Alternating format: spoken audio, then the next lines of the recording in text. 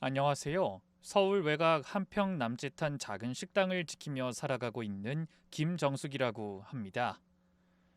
어느새 제 인생의 반을 이곳에서 보냈네요. 반찬 하나, 국 하나 정성 들여 끓이며 하루하루 버텨왔고요. 식당도 작고 간판도 낡았지만 저한텐 이 자리가 세상의 전부였습니다.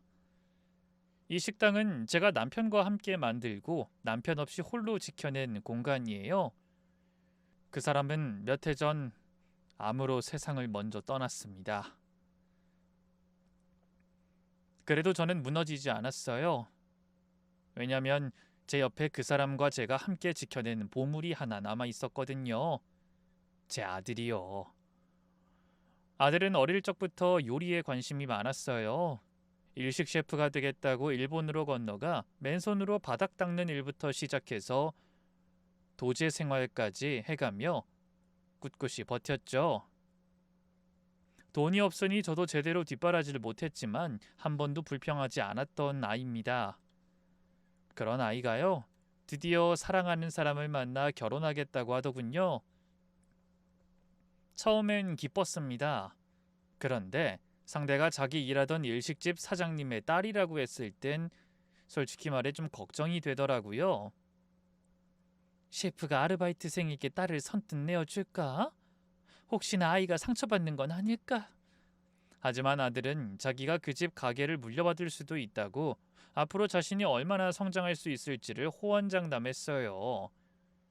그 아이가 그렇게 믿고 따르니 저도 더 이상 딴소리하지 않았습니다.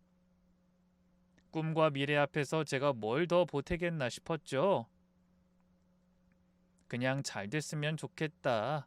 이제라도 저 아이가 따뜻한 가정을 꾸릴 수 있다면 그렇게 믿었습니다. 정말 순진하게 믿었어요. 상견례 날이었습니다. 작은 거울 앞에서 머리카락을 빗고 한복 저고리에 단정한 가디건을 걸쳤습니다. 처음으로 사돈을 만난다는 생각에 손끝이 바들바들 떨리더라고요. 부족하지만 예의는 다하자 라는 마음으로 떡 한 상자와 수저 세트를 준비해서 갔습니다. 상견례 자리는 한강뷰가 내려다 보이는 고급 일식당이었습니다. 가게 이름부터 입구 인테리어부터 제가 평생 한 번도 가본 적 없는 공간이더라고요. 바깥사도는 흰 셰프복 위에 다림질된 재킷을 걸치고 앉아 있었습니다. 말없이 눈빛으로 저를 훑었습니다. 인사드리며 허리 숙였는데도 말은커녕 고개만 까딱하시더라고요. 안사도는 깔끔한 투피스에 실크 스카프를 곱게 두르고 있었고 팔짱 낀 채 입꼬리만 살짝 올려선 제 옷차림을 머리끝부터 발끝까지 훑어보더군요. 그 표정 아직도 잊히질 않아요. 이런 사람이 사돈이 된다고? 그런 말이 하지 않아도 들리더라고요. 제 아들을 대하는 태도도 심각했어요. 바깥사돈은 아들에게 턱짓으로 물 한마디. 안사돈은 아들을 쳐다보지도 않았습니다. 마치 식당 아르바이트 하던 애를 대하듯이 두 분의 태도엔 집안 형편이 변변찮은데 우리가 아들을 받아줘야만 하는 거 아니냐라는 은근한 깔봄이 담겨 있었고요. 그 말투, 그 시선, 그 분위기 속에서 저는 아무 말도 할 수 없었습니다. 하지만요, 그땐 참았어요. 억지로라도 웃으면서 이 순간만 넘기면 되겠지 하고요. 그런데 그게요, 그저 시작이었을 줄은 몰랐습니다. 그날은 상견례 바로 다음 날이었습니다. 아직 점심 장사를 시작도 안 했을 때였어요. 김치전 반죽을 부치려고 불을 켜려는 순간 가게 문이 벌컥 열리더니 안사돈이 성큼 들어왔습니다. 첫 마디가 이거였어요. 아유 더러워. 여긴 환기도 안 되나 봐요. 음식 냄새가 코에 찌들어 붙겠네. 그 말을 듣는데 순간 가슴이 벌렁벌렁 뛰더라고요. 제가 이 가게에서 몇 년을, 아니 남편이랑 도란도란 살면서 이 냄새 하나에도 얼마나 마음을 담아왔는데. 그래도 꾹 참았습니다. 아들 생각이에요. 그렇게 저를 한번 휙 올려다보더니 안사돈이 털썩 의자에 앉았습니다. 자, 김정숙 씨, 난 시간 없어요. 이거 보시고 사인만 하세요. 하고는 가방에서 종이 뭉치를 꺼내 툭 식탁 위에 올려놓더군요. 보니까 가게 매매 계약서였습니다. 가게 넘기시고요. 그 자리는 우리 남편 명의로 옮기면 돼요. 대신 우리 딸이랑 아드님 결혼은 그냥 쭉 하게 해드릴게요. 점장 자린 드리잖아요. 서로 좋은 거 아닙니까? 그 말에 저는 아무 말도 못하고 서류를 바라만 봤습니다. 손이 덜덜 떨리더라고요.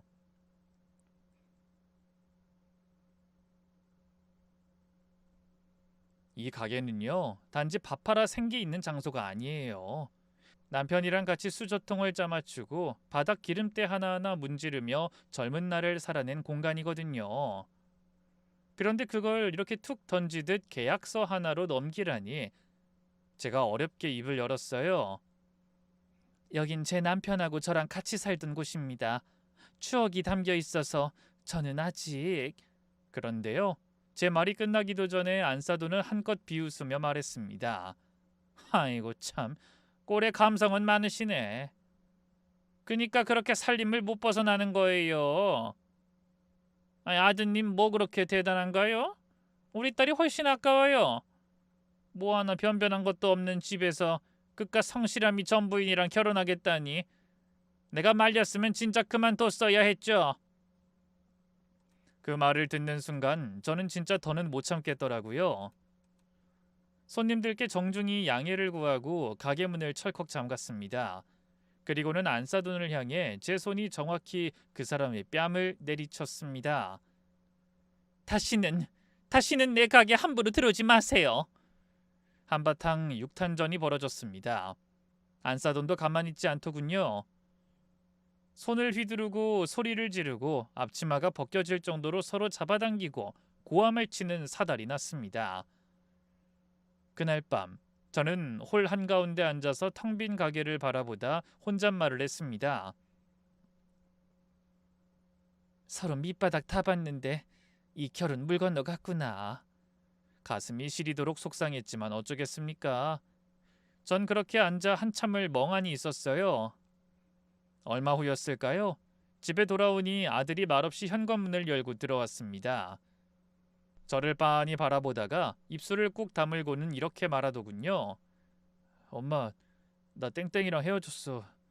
아들은 제게 다가와 가만히 제 손을 잡았습니다. 괜찮아 엄마, 난 괜찮아. 엄마 힘들게 해서 미안해. 다 내 책임이야. 그 말에 저는 정말 고개를 들 수가 없었습니다.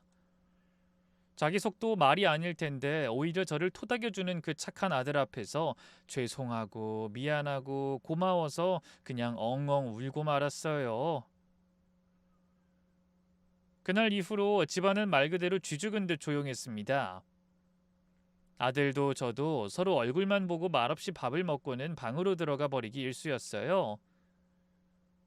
괜찮다고 상관없다고 말은 했지만 그 아이 얼굴빛이 점점 어두워지는 걸 보는데 엄마로서 얼마나 미안하던지요. 가끔씩은 제가 먼저 말을 꺼내보려 했습니다. 밥은 좀 먹고 다녀야지. 가게엔 얼굴 좀 비추지 그러니. 하지만 그 아이는 꼭 무슨 죄인처럼 눈을 피하고 괜찮아. 좀 쉬려고.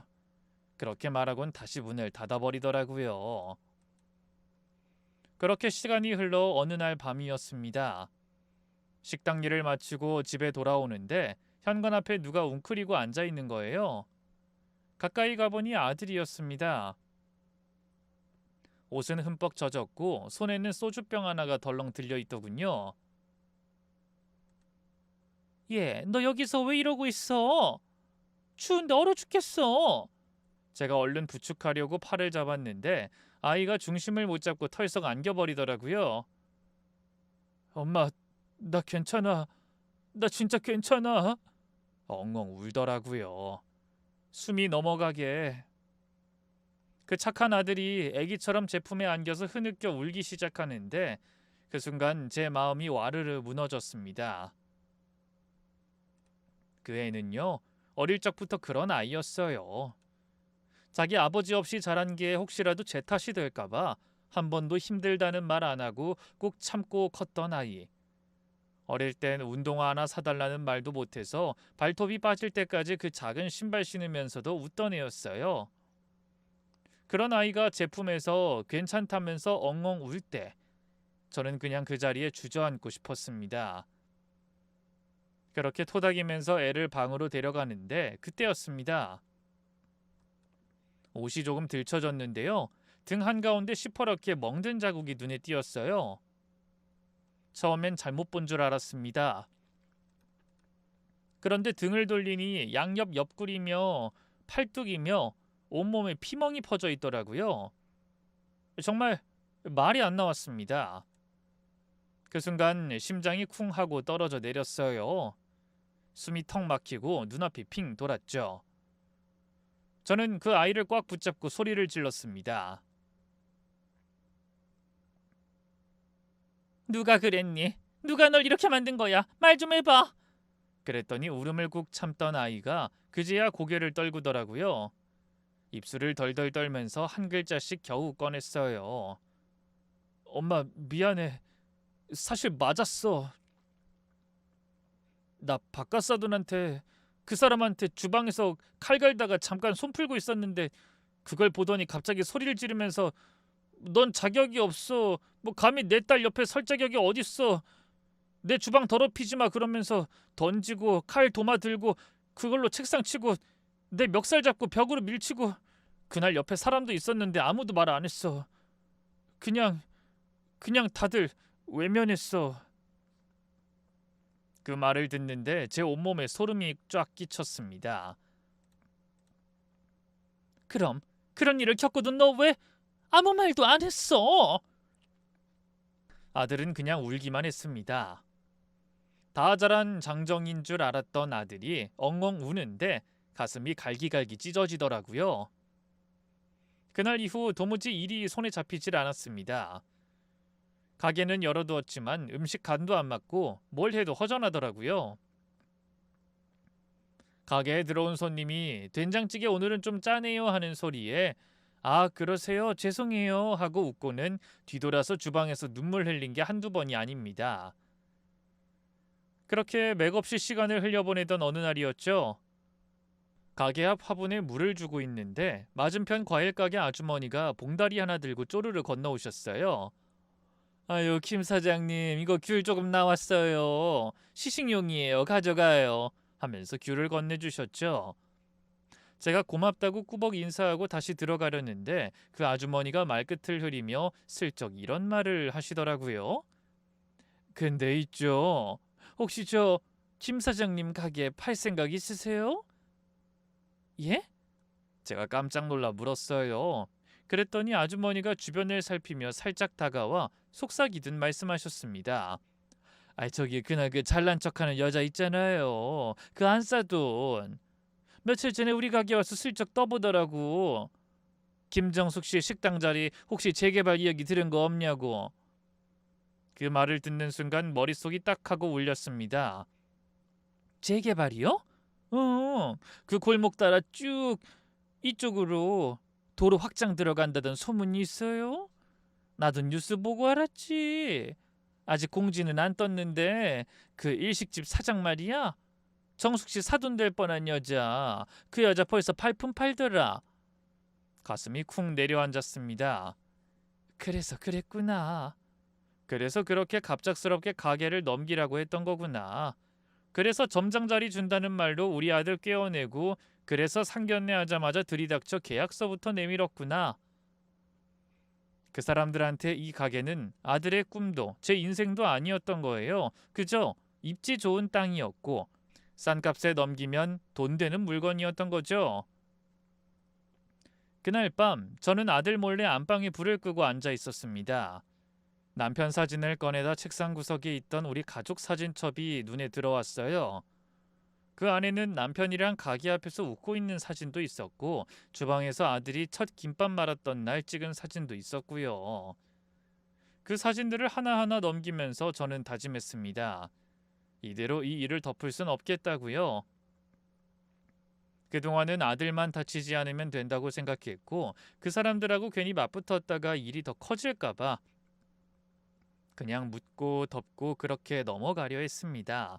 그런데요, 이젠 아니었습니다. 내 아이 하나 지키지도 못하는 삶이 무슨 자존심이랍시고 고개를 숙이고 있었나 싶었어요. 이젠 더는 못 참겠더라고요. 저는 날 박는 대로 근로감독청에 전화를 걸었습니다. 혹시요, 사업주가 아르바이트생한테 폭력을 휘두르거나 급여를 제대로 지급하지 않았을 때 고발할 수 있는 창구가 따로 있을까요? 처음엔 목소리가 떨려서 말을 제대로 못했어요. 그런데 상담원이 아주 조곤조곤 친절하게 설명을 해주더라고요.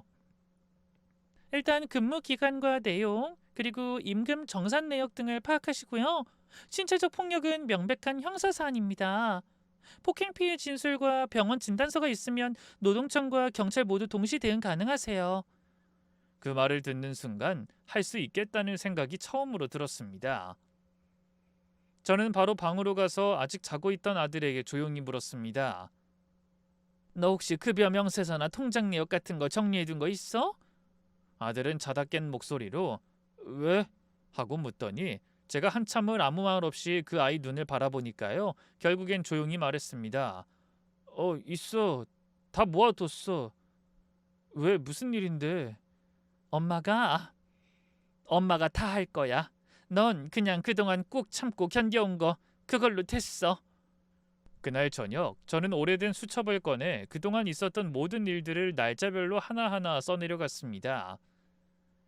상견례 날짜, 안 싸더니 가게 찾아온 날, 매매 계약서 내밀었던 날, 그리고 아들이 울면서 털어놨던 그 밤까지 한자 한자 적으면서 제 마음도 같이 정리됐습니다.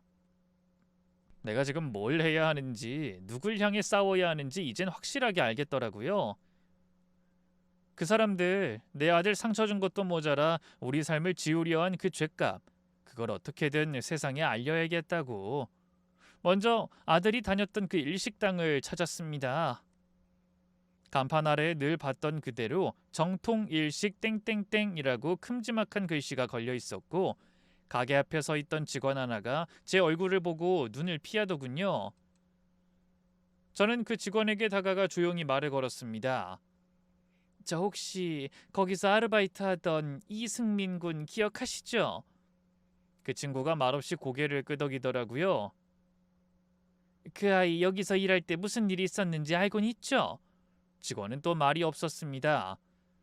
저는 그 자리에서 더 이상 돌려 말하지 않았습니다. 그날 제 아들이 바깥사돈한테 맞았어요. 국자 던지고 벽에 밀치고 욕설까지 들었답니다. 당신 옆에 있었죠? 못 들은 척 했어요? 왜 말 안 했습니까? 직원은 화들짝 놀라더니 주변을 두리번거리며 전 알바라서요 하고 얼버무렸습니다. 알바면 사람 하나 얻어 맞는 걸 보고도 입 다물고 있어야 되는 겁니까? 그 사람 지금도 그렇게 애들 다루고 있어요? 제 목소리가 점점 높아지자 가게 안에서 다른 직원이 나와 얼른 제 쪽으로 다가왔습니다. 저기요, 죄송한데요. 사모님, 이런 얘긴 밖에서. 사모님 아니고 피해자 어머니입니다. 그 말에 가게 안에 있던 몇몇 손님들이 절 돌아봤고 직원들은 저를 억지로 떠밀다시피 밖으로 내보내려 했습니다. 하지만 저는 마지막으로 또박또박 말했습니다. 오늘은 그냥 갑니다. 하지만 언젠간 이 안에서 일어났던 일이 세상에 드러날 겁니다. 그땐 다들 어디서 뭐 했는지 증명해야 할 날 올 거예요. 며칠 뒤 저는 그 식당 앞에 다시 섰습니다. 정면으로 마주하자 더는 피하지 말자 그런 마음으로 문을 밀었습니다. 홀라는 여전히 조용했고 오픈 주방 너머로 바깥사돈이 무표정하게 칼을 들고 뭔가를 썰고 있었어요. 그 사람은 제가 들어선 걸 보면서도 눈 한 번 제대로 마주치지 않더군요. 사돈! 제가 조용히 하지만 또렷하게 불렀습니다. 그제야 고개를 돌리더니 미간을 찌푸리며 말했어요. 여긴 예약 손님만 받습니다. 말씀하실 거면 따로 연락하시죠. 그 말에 저는 손에 들고 있던 서류 한 장을 조용히 꺼냈습니다. 노동청 민원 접수 확인증, 병원 진단서 사본, 그리고 아들 통장 거래 내역 복사본. 그 서류를 테이블 위에 하나씩 내려놓으며 말했어요. 사돈, 아니 땡땡 셰프님, 이건 우리 아들이 여기서 일하면서 받은 상처입니다. 몸에 난 멍자국도 밀린 임금도 욕설도 여기 다 기록돼 있어요. 그날 당신이 아이한테 뭐라고 했는지도 다 기억합니다. 내 주방에 발들이지 마라. 넌 자격 없어. 그 말 부끄럽지도 않으세요? 박가사도는 서류를 흘끔 보더니 비웃듯 말했어요. 뭘 그리 호들갑을 떠십니까? 주방은 전쟁터입니다. 손 하나 까딱 안 하고 요리하려거든 차라리 패스트푸드나 하지요. 그 말에 저는 목이 확 메었지만 꾹 참고 되물었어요. 그럼 때려도 된다는 겁니까? 멱살을 잡고 욕설을 퍼붓고 사람을 쓰레기 취급하는 게 그쪽 업계의 룰이에요? 그 사람은 아무 말 없이 손에 들고 있던 칼을 식판에 툭 내려놓고 주위를 힐끔 보며 씁쓸하게 웃더니 말했습니다. 세상 그렇게 만만하지 않아요, 사돈. 아들이 힘든 세상 좀 겪었다고 이렇게 와서 억울하다 울부짖으면 누가 다 받아줘요. 그리고 그 정도로 무너질 아들이었으면 애초에 우리 딸이랑은 격이 안 맞았던 거죠. 그 말에 순간 숨이 턱 막히는 느낌이 들었습니다. 입술을 꾹 깨물고 정말 그렇게까지 말하셔야겠어요? 하고 물었더니 옆에서 안사돈이 나왔습니다. 팔짱을 낀 채 표정 하나 바꾸지 않고 이렇게 말하더군요. 우리가 왜 이 일로 사돈을 만나야 하나요? 우리 애 상처받았어요. 갑자기 파혼 통보받고 정신과 상담까지 다녔어요. 이건 서로 가정의 명예가 걸린 문제예요. 언성 높이는 거 그만하시죠. 저는 그 자리에 서서 정말 가슴이 뜯기는 것 같았습니다. 누가 누구한테 상처를 줬다는 건지 그 얘기를 지금 제 입에서 듣고 있다는 게 너무 어이가 없었어요. 그쪽은 내 아들 몸에 멍이 들어도 눈 하나 깜빡 안 하면서 이제 와서 피해자인 척 하십니까? 거지 근성은 버려야죠, 사돈. 우리 딸이 그쪽 집에 시집 가면 뭐가 좋아지겠어요? 우린 진작부터 안 되는 인연이었다고 생각했어요. 사람은 끼리끼리 만나야 돼요. 그 말을 듣고 저는 손이 덜덜 떨려서 도무지 입이 안 떨어졌습니다. 무시당해도 모욕을 당해도 아들 앞에서는 참자고 다짐했었는데 이제는 아니었습니다. 더는 못 참겠습니다. 이 사람들한테 사람 대 사람으로는 통하지 않는다는 걸 그날 뼈저리게 깨달았습니다. 그날 일식당 문을 나서던 순간부터 저는 달라졌습니다. 더 이상 어머니, 사돈, 어른답게 같은 말에 얽매이지 않기로요. 사람 대접 못 받은 사람이 왜 사람답게 행동해야 하죠? 욕먹고 맞고 짓밟히고도 가만히 있으란 말입니까? 이제부턴 저도 계산기 두드려가며 싸우기로 마음먹었습니다. 제일 먼저 아들의 진단서를 들고 다시 병원에 갔습니다. 진료 기록에 날짜가 명확히 남아 있었고 등, 옆구리, 팔뚝의 멍자국은 타인의 공격에 의한 상처로 분류된다는 의사 선생님의 설명을 들었죠. 법원 제출용으로 발급해 드릴 수 있습니다. 그 한마디에 저는 고개를 깊이 숙여 인사드렸습니다. 정말 감사합니다, 선생님. 이 기록이 우리 아들을 그리고 제 삶을 지킬 겁니다. 그 다음엔 아들의 통장 거래 내역과 근무 시간표를 근로감독관에게 전달했습니다. 시간당 임금은 최저임금에도 못 미쳤고요. 서면 계약은 없었고 구두 약속으로만 도제라고 했답니다. 근무 중 폭언, 폭행 피해도 있었고요. 근로감독관은 한 장 한 장 서류를 넘기며 고개를 끄덕였습니다. 이 정도면 조사 개시 가능합니다. 과태료 부과 대상이고 형사고발 여부도 판단해 보겠습니다. 거기서 멈추지 않았습니다. 저는 SNS에 조심스럽게 짧은 글을 올렸습니다.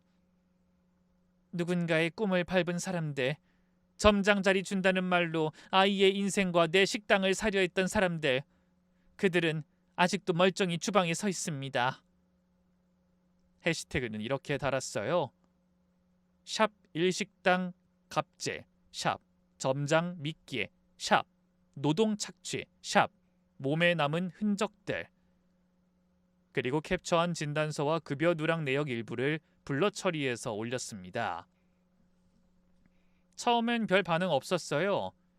하지만 이틀 뒤, 저도 거기서 일한 적 있어요, 사장님. 칼 던졌던 적 있습니다. 도마 깨진 날도 있어요. 저 도제 계약이란 말 듣고 일했는데 한 푼도 못 받았습니다.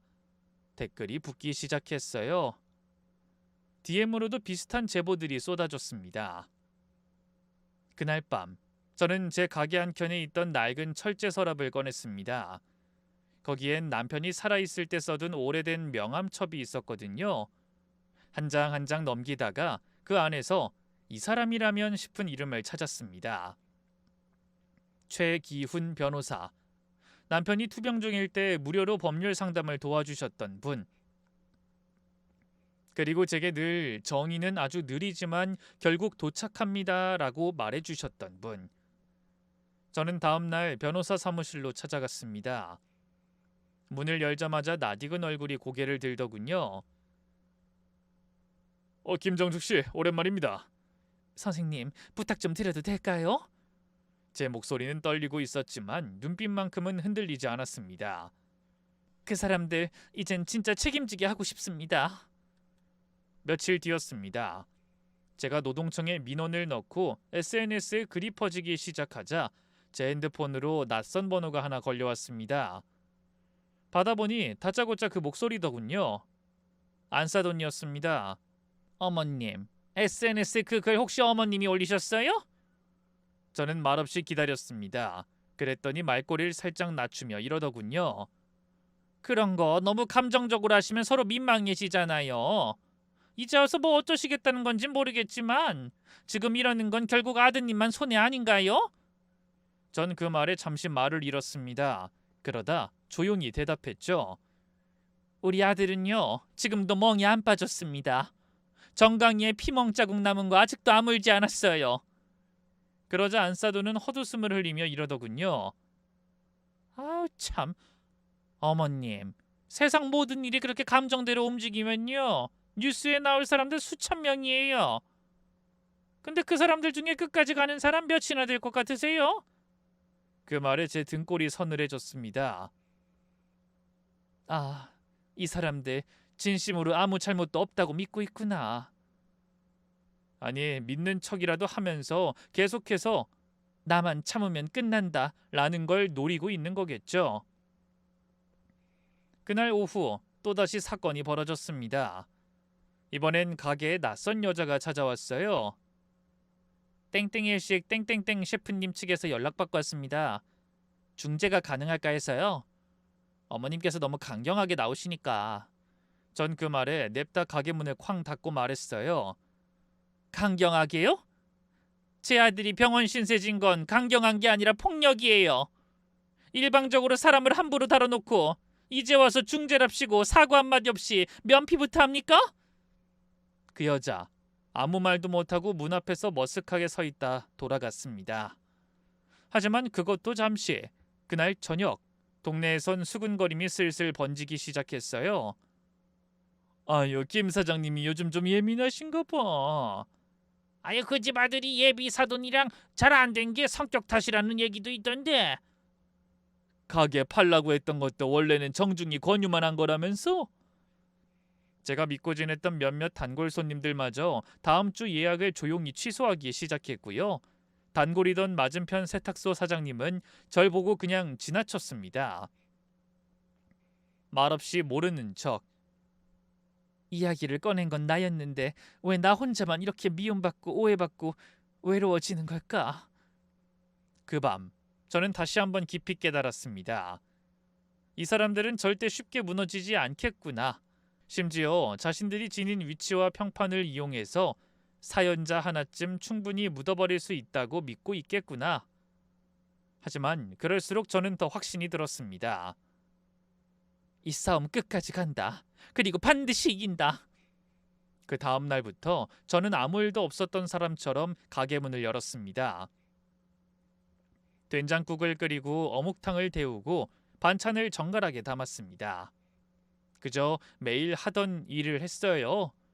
그런데 속은요, 속은 쉴 틈도 없이 불이 타고 있었죠. 손님이 들어오면 밝게 웃었습니다. 어서 오세요. 오늘은 고등어 조림 좋아해요. 그렇게 말하면서도 속으론 날짜를 셌습니다.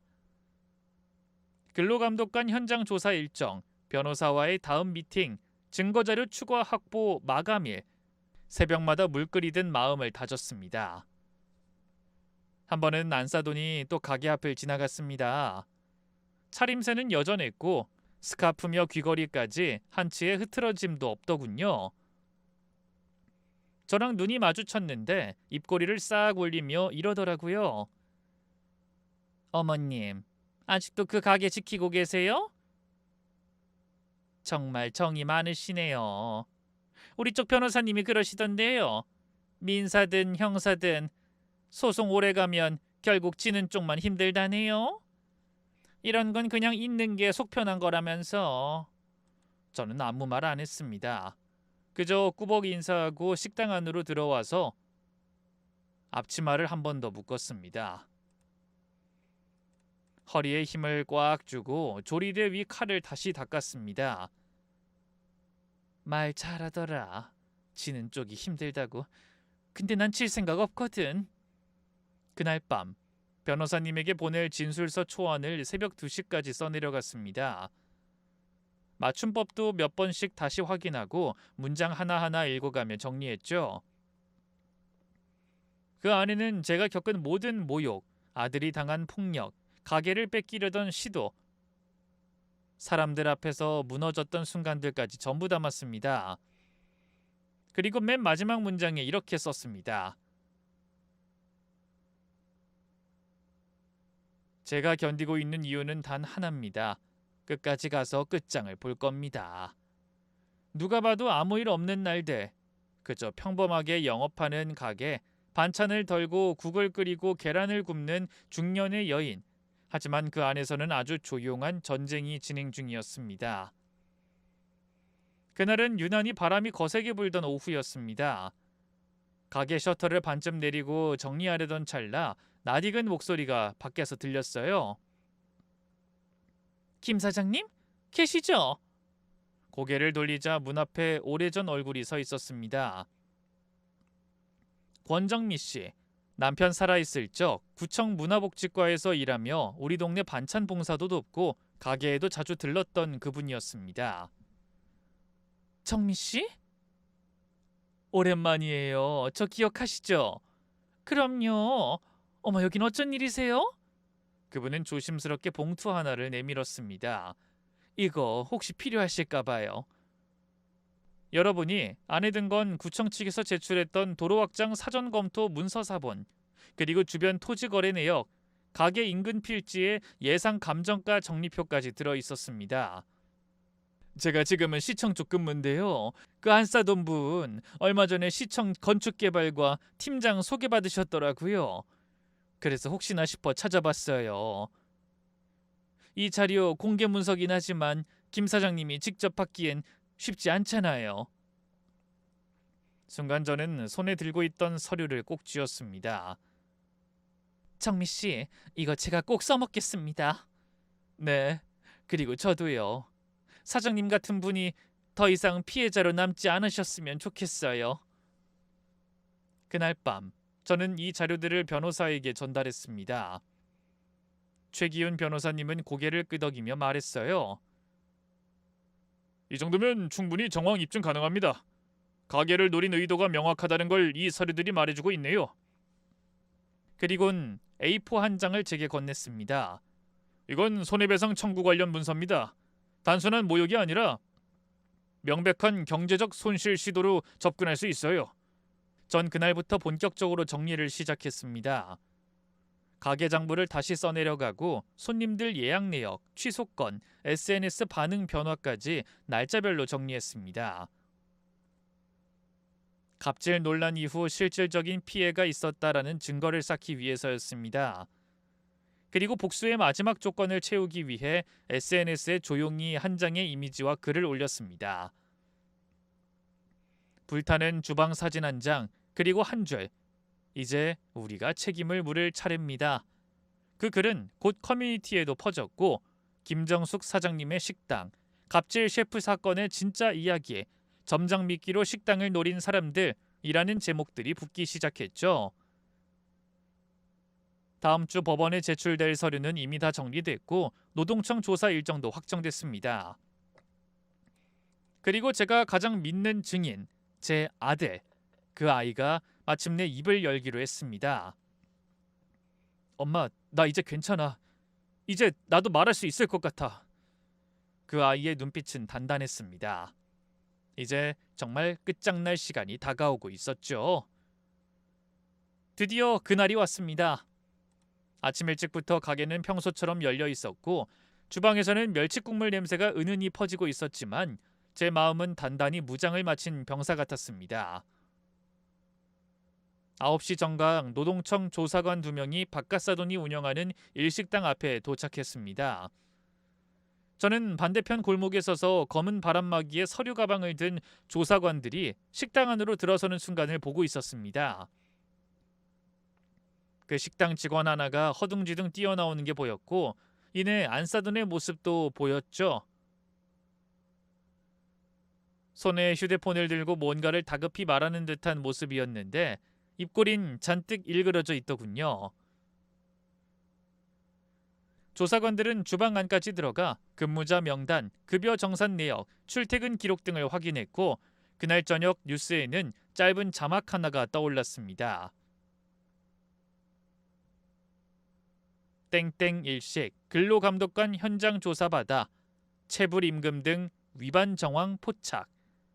그 다음은 법원이었습니다.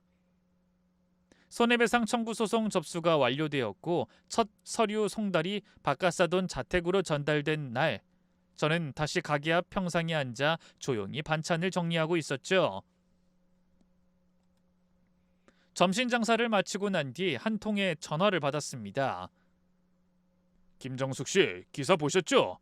땡땡 셰프 쪽에서 오해였다며 해명 자료 낸 거. 기자는 덧붙였습니다. 근데 반응이 더 안 좋아요. 도제는 폭행도 포함되냐? 점장 제안이 미끼였다라는 댓글 엄청 달립니다. 그 말에 저는 고개를 끄덕였어요. 그래, 이제 시작이다.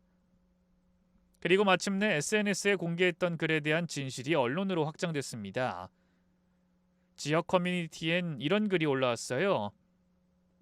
동네 가게 뺏으려다 걸린 셰프 부부, 점장 주겠다고 속이고 폭행까지. 그날 저녁 가게 앞엔 사람들이 조용히 줄을 서기 시작했습니다. 누가 시킨 것도 아닌데 그렇게 조용히 찾아와 주시는 분들 덕분에 힘을 낼 수 있었죠. 며칠 뒤 어느 늦은 밤 가게 문을 닫고 나가려는 참에 핸드폰으로 전화 한 통이 걸려왔습니다. 번호는 저장돼 있지 않았지만 목소리는 너무 익숙했죠. 바깥사돈이었습니다. 김 사장, 납니다. 이런 식으로까지 가게 될 줄은 몰랐는데요. 처음엔 낮고 침착한 말투였어요. 솔직히 그날 상황이 그렇게까지 심각하진 않았는데 지금 이건 좀 선 넘은 거 아니에요? 저는 말없이 듣고만 있었습니다. 그랬더니 말투가 슬슬 바뀌더군요. 정말 끝까지 가보자는 거야? 솔직히 나 이쪽 바닥에서 영향력 있는 사람인 거 알잖아. 이 애 기어봤자 결국 사장님 쪽만 손해 아닐까 싶어서 하는 말이야. 지금 그만 접으면 그냥 없던 일로 정리해 줄 수 있어. 없던 일. 그 말에 가슴이 벌컥 끓어올랐습니다. 제 아들이 당한 폭력도, 제가 짓밟힌 그 모욕도, 가게를 헐값에 넘기라던 그 말도 다 없던 일로 하자고요? 하지만 저는 말했습니다. 셰프님, 제가 여태까지 당한 일, 제 아들이 몸에 멍들고 꿈을 잃어가던 시간들, 그걸 없던 일로 정리하자고 하시는군요. 잠시 침묵이 흐른 뒤 전화기 너머로 낮고 짧은 한숨이 들리더니 뚝 전화가 끊겼습니다. 다음 날 아침엔 가게 앞 유리문에 누군가 낙서를 해놨어요. 매직으로 큼지막하게 가식은 오래 못 가요. 누가 누구한테 갑질이래? 지워도 자국이 남아있었고 그걸 본 단골 손님들이 저를 바라보며 다가와 말하더군요. 김 사장님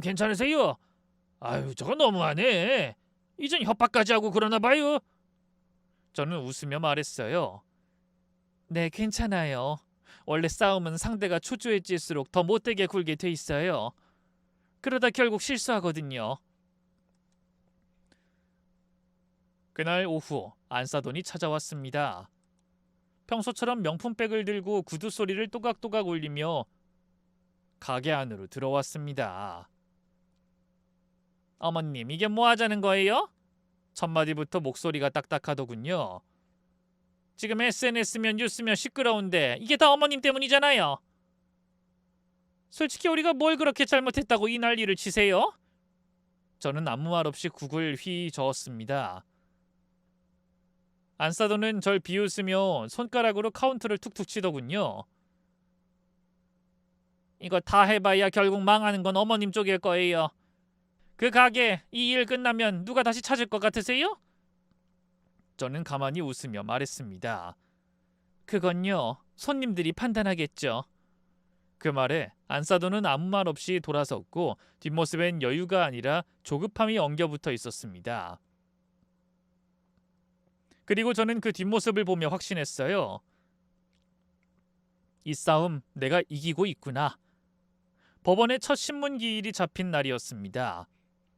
서울행 버스를 타고 법원 앞에 도착하던 순간 손끝이 바들바들 떨렸습니다. 하지만 저는 코끝까지 올라온 긴장을 꾹 눌렀어요. 괜찮아. 오늘은 그 사람한테 책임 묻는 날이야. 법정 앞엔 바깥사돈과 안사돈도 나와 있었습니다. 두 사람 다 말끔하게 차려입었지만 그 눈빛은 분명히 흔들리고 있었습니다. 재판은 근로기준법 위반, 체불임금, 폭행 사실과 손해배상권을 중심으로 진행됐고 증인으로 나온 제 아들은 처음엔 좀 떨었지만 곧 똑바로 판사를 바라보며 말했습니다. 그날 셰프님이 국자를 던졌고 욕을 했고 저를 주방 뒷문 쪽으로 밀쳤습니다. 명백한 물리적 폭력이 있었고 급여는 약속했던 것보다 낮게 지급됐습니다. 문서로 된 계약은 없었습니다. 그 말에 바깥사돈은 갑자기 목소리를 높였습니다. 말이 됩니까? 요즘 젊은 애들 기합 좀 줬다고 폭행이래요. 전통 요리는 그렇게 배워서는 안 됩니다. 판사는 조용히 고개를 들고 말했죠. 기합이라는 이름 아래 폭력이 정당화될 수는 없습니다. 그리고 급여 지급 역시 서면 약속이 없었다면 사용자 책임입니다. 그 순간 바깥사돈은 입을 꾹 다물고 말았습니다. 며칠 뒤 내려진 1심 판결, 체불임금 전액 반환, 정신적 위자료 일부 지급 명령, 근로감독 결과에 따른 과태료 1,200만 원, 향후 1년간 도제 운영 제한 권고. 판결문이 올라오자 지역 커뮤니티에는 땡땡 셰프 갑질 사건 최종 결과라는 글이 순식간에 퍼졌습니다. 아들이 맞고도 참고 일했는데 점장 자리 준다면서 가게 넘기라고 한 거였대요. 그 식당 원래부터 소문 안 좋았어요. 사장님이 칼로 도마 내려치고 욕하는 거 저도 들었어요. 심지어 유튜브에서도 갑질 셰프 폭로 사건이란 제목으로 사건을 정리한 콘텐츠가 올라왔고 댓글엔 이런 말들이 달렸습니다. 김 사장님 진짜 멋진 분이다. 이런 어른이 있어서 다행입니다. 눈물 나네요. 저도 어릴 적 도제 일하다 포기했는데. 그리고 그 사건의 여파로 바깥사돈의 일식당은 예약 취소가 줄을 이었고 구청 지원 사업에서 빠졌다는 소문도 돌기 시작했습니다. 안사돈은 조용히 자신이 주도하던 부동산 투자 모임에서 물러났고요. 그날 밤 아들과 단둘이 앉아 따뜻한 국을 나눠 먹으며 저는 조용히 말했습니다. 많이 울었지?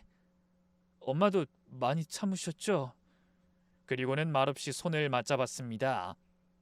손등엔 굳은 살이, 손가락 끝엔 아직 상처 자국이 남아 있었지만 그날만큼은 정말 따뜻했습니다. 판결이 난 지 얼마 지나지 않아 가게 앞에 한 통의 택배 상자가 도착했습니다. 보낸 사람은 적혀 있지 않았지만 포장 테이프 위에 붙어 있는 명품 브랜드 로고를 보고 저는 바로 알 수 있었죠. 안사돈이었습니다. 상자를 열어보니 안에는 고급 도자기 찻잔 세트와 함께 작은 봉투 하나가 들어 있었습니다. 김정숙 사장님께. 이름도 없이 그냥 간결한 메모지. 거기엔 이런 말이 적혀 있었습니다. 많이 놀라셨죠? 저도 마음이 편치 않습니다. 서로를 위해 여기서 정리했으면 좋겠습니다. 제 딸에게도 조금만 더 여유를 주세요. 저는 그 봉투를 접어 찻잔 상자에 다시 넣었습니다. 그리고 뚜껑을 닫고 바로 우체국에 들러 반송 처리했습니다. 받지 않겠다고요. 이제 와서 건네는 물건 하나로 그 모든 폭력과 기만이 지워질 수는 없으니까요. 그 다음 주엔 바깥사돈이 직접 가게 앞까지 왔습니다. 다 낡은 야구 모자에 평소 같으면 상상도 못할 트레이닝복 차림이었어요. 그 사람이 그렇게 고개 숙인 모습으로 제 가게 앞에 서 있는 걸 보니 잠깐이지만 마음이 참 묘하더군요. 문도 열지 않고 그냥 유리 너머로 가만히 서 있더니 짧게 허리를 숙이고 돌아섰습니다. 인사인지 사과인지 아니면 자존심 마지막 끄트머리인진 몰라도 저는 그 사람을 부르지 않았습니다. 그냥 놔뒀습니다. 이제 와서 무릎 꿇고 사과한다고 해도 그게 진심이건 아니건 간에 이미 엎질러진 물 위에 발자국 남긴다고 물이 다시 담기진 않잖아요. 그리고 그날 저녁 가게 문 앞에 단골 손님 한 분이 오셔서 이러시더군요. 아유, 김 사장님, 그 셰프 자기 가게 문 닫았대요. 잠정 휴업이라고 적어놨지만 그거 사실상 끝이래요. 저는 고개를 끄덕이고 조용히 대답했습니다. 그럼 그 사람도 이제 조금은 알게 되겠죠. 자기가 잃어버린 게 뭔지. 가게는 여전히 작고 인테리어도 낡았고 벽지 한쪽은 습기에 좀 들떠 있지만 손님들은 끊이지 않았습니다. 하지만 이제는 정든 가게를 떠나야 할 때였습니다. 저는 오래된 주방 찬장을 하나하나 정리하기 시작했습니다. 남편이 직접 짜놓았던 찬장, 거기엔 오래전 연탄불에 그슬린 냄비며 아들이 유치원 시절 그려놨던 냅킨 그림도 남아 있었어요. 이젠 정말 보내야겠네. 혼잣말을 하며 찬장문을 닫는 순간 묵직하게 매달려 있던 제 마음 한 조각도 같이 내려놓는 기분이 들었습니다. 저는 새로운 공간을 준비하기로 했습니다. 작은 푸드 트럭을 샀습니다. 그리 크진 않았지만 햇살 좋은 공원 근처 골목 한켠에 자리 잡기에 딱 좋은 사이즈였어요. 오래된 가게 간판에서 따온 이름을 달았습니다. 정숙이네 국밥차. 메뉴는 딱 3가지. 된장국밥, 황태해장국, 그리고 들깨 미역국. 복잡한 요리는 하지 않기로 했습니다. 대신 오는 사람 누구든 따뜻한 국안 그릇 배불리 먹고 가게 하자. 그게 제 새 목표였습니다. 처음엔 어색했어요. 주방도 좁고 이동식 가스레인지도 낯설고 계란 하나 굽는데도 주걱이 어딨는지 허둥댔지만 이상하게요. 이 마음은 참 편했습니다. 아들은 한참을 멀찍이 떨어져 바라보다가 조심스레 다가와 이러더군요. 엄마, 푸드트럭 하는 거 정말 괜찮아요? 엄만 이게 좋아. 조금 덜 번잡스럽고 조금 더 가볍고 무엇보다 재밌어. 아이의 눈엔 처음 보는 표정이 있었어요. 안도, 존경, 뿌듯함. 그리고 조금은 엄마가 나보다 훨씬 강한 사람이라는 걸 알아챈 듯한 그런 눈빛이었습니다. 푸드트럭이 자리를 잡은 지도 한 달이 훌쩍 지났습니다. 처음엔 인적이 드문 골목이라 걱정도 많았지만 하나둘 입소문이 나기 시작하면서 국물 맛이 진국이다, 정이 느껴진다라는 말이 퍼졌고 점심시간이면 줄까지 생기더군요. 그럴 땐 늘 생각했어요. 그래, 이게 사람이 사는 거지. 거창하진 않아도 딱 내가 감당할 수 있을 만큼의 온도와 리듬으로 숨쉬고 일하고 웃고 먹고 또 웃는 삶. 어느 날은 혼자 오신 노부부가 여기 멸치 국물로 우린 거죠? 하시며 미소 지으셨고요. 또 어떤 날은 회사원들 몇 명이 야, 저희 사장님 때문에 힘들어 죽겠는데 여기 오면 위로받아요. 하며 웃고 갔습니다. 그럴 때마다 난 이제 누구에게도 기죽지 않는다라는 생각이 가슴 안에서 조용히 그러나 또렷하게 일었습니다. 아들도 조금씩 돌아오기 시작했습니다. 아직도 밤이면 혼자 골목길을 걷는 날이 많지만 이젠 가끔 제게 이런 말도 하더군요. 엄마, 나 다시 요리해볼까? 그래, 하고 싶으면 해야지. 누구 눈치 보지 말고. 그날 밤 푸드트럭 뒷문을 닫고 하늘을 올려다봤습니다. 도시 불빛에 반쯤 가려진 별이 그래도 꿋꿋이 반짝이고 있더군요.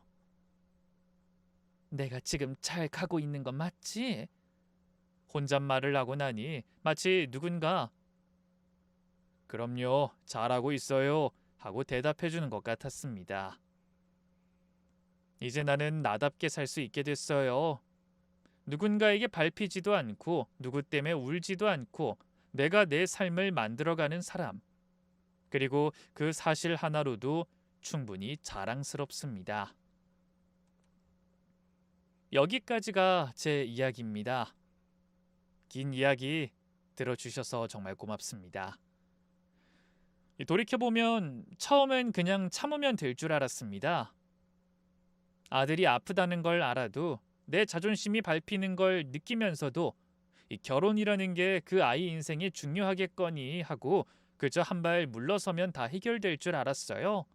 근데요, 그게 아니더라고요. 내가 물러설수록 그 사람들은 한 걸음 더 다가와서 내 삶을 침범했습니다. 내 아들을 때렸고 내 가게를 노렸고 내 젊은 날의 기억과 추억을 헐값에 사가려 했습니다. 그때 처음 알았어요. 이건 참는다고 끝나는 일이 아니구나. 누군가는 한 번쯤은 아니오라고 말해야 끝나는 거구나. 그래서 싸웠습니다. 처음엔 두렵기도 했고 어쩌면 내가 더 망가질까 겁나기도 했습니다. 하지만 결과적으로 저는 저를 지켜냈습니다. 아들을 지켜냈고 가게도 제 사람됨도 지켜냈습니다. 지금 제게 남은 건 아들과 단둘이 나누는 따뜻한 국 한 그릇, 푸드트럭 위로 떨어지는 햇살, 그리고 하루하루 정성껏 살아가는 기쁨입니다. 이젠 누구 앞에서도 고개 숙이지 않습니다. 혹시 이 사연을 듣고 계신 누군가도 지금 어딘가에서 혼자 견디고 계신다면 감히 말씀드리고 싶습니다. 절대로 당신 잘못 아닙니다. 참는 것만이 다는 아닙니다. 한 번쯤은 소리내어 맞서 보셔도 됩니다. 그리고 그 싸움의 끝엔 생각보다 따뜻하고 단단한 당신이 기다리고 있을 거예요. 여기까지 서울 어느 구에서 정수기네 국밥차를 지키고 있는 김정숙이었습니다. 고맙습니다.